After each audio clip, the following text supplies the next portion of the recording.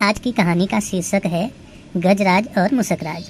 प्राचीन काल में एक नदी के किनारे बसा नगर व्यापार का केंद्र था। फिर आए उस नगर के बुरे दिन, जब एक वर्ष भारी वर्षा हुई। नदी ने अपना रास्ता बदल दिया। लोगों के लिए पीने का पानी न रहा और देखते ही देखते नगर वीरान हो गया। अब वह जगह केवल चूहों के लायक रह गई। चारों ओर चूहे ही चूहे नजर आने लगे। चूहों का पूरा साम्राज्य ही स्थापित हो गया। चूहों के उस साम्राज्य का राजा बना मुसकराज चूहा।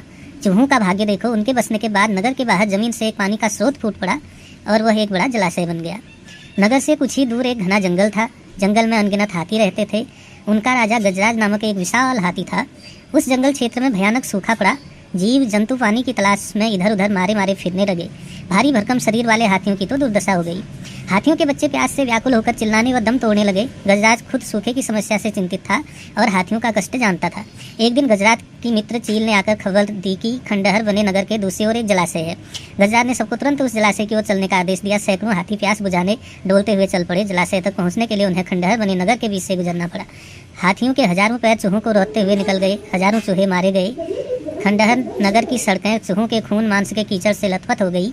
मुसीबत यहीं खत्म नहीं हुई। हाथियों का दल फिर उसी रास्ते लौटा। हाथी रोज उसी मार्ग से पानी पीने जाने लगे। काफी सोचने विचारने के बाद मुसकराज के मंत्रियों ने कहा, महाराज, आपको ही जाकर गजराज से बात करनी चाहिए, वह दयालु हाथी है। मुसकराज हाथियों के वन में गया। एक बड़े पेड़ के नीचे गजराज खड़ा था।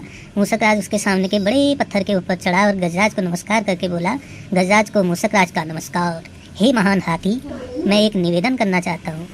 आवाज़ गजराज के कानों तक नहीं पहुँच रही थी। दयालु गजराज उसकी बात सुनने के लिए नीचे बैठ गया और अपना एक कान पत्थर पर चढ़े मुसकराज के निकट ले जाकर बोला, नन्हे मियाँ, आप कुछ कह रहे थे, कृपया फिर से कहिए। मुसकराज बोला, हे गजराज, मुझे चूहा कहते हैं। हम बड़ी संख्या में खंडहर बनी नगरी में रहते हैं। मैं उनका मुसकराज हूँ। आपके हाथी रोज जलाशय तक जाने के लिए नगरी के बीच से गुजरते हैं। हर बार उनके पैरों तले कुचले जाकर हजारों चूहे मरते हैं। यह मूसक संहार बंद न हुआ तो हम नष्ट हो जाएंगे।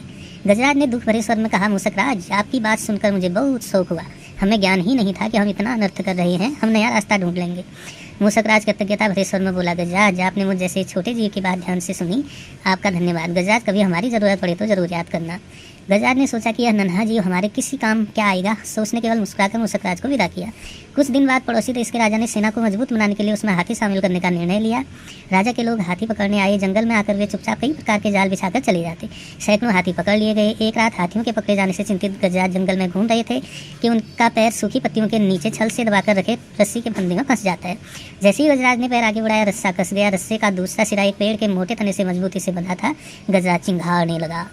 उसने अपने सेवकों को पुकारा, लेकिन कोई नहीं आया। कौन फंदे में फंसे हाथी के निकट आएगा। एक युवा जंगली भैंसा गजराज का बहुत आदर करता था। जब वह भैंसा छोटा था तो एक बार वह एक गड्ढे में जा गिरा था। उसकी चिल्लाहट सुनकर गजराज ने उसकी जान बचाई थी। चिंगार सुनकर वह दौड़ा और फंदे में फंसे गजराज के पास पहुंचा। गजराज के हालात देखकर उसे बहुत धक्का लगा। वह चीखा, यह कैसा अन्याय है। गजराज, बताइए क्या करूँ, मैं आपको छुड़ाने के लिए अपनी जान भी दे सकता हूँ।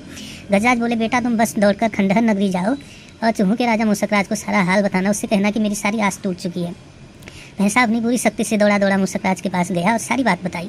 मुसकराज तुरंत अपने 20-30 सैनिकों के साथ भैंसे की पीठ पर बैठा और वह शीघ्र ही गजराज के पास पहुंचा। चूहे भैंसे की पीठ पर से कूदकर फंदे की रस्सी उतरने लगे। कुछ ही देर में फंदे की रस्सी कट गई और गजराज आज़ाद हो गए।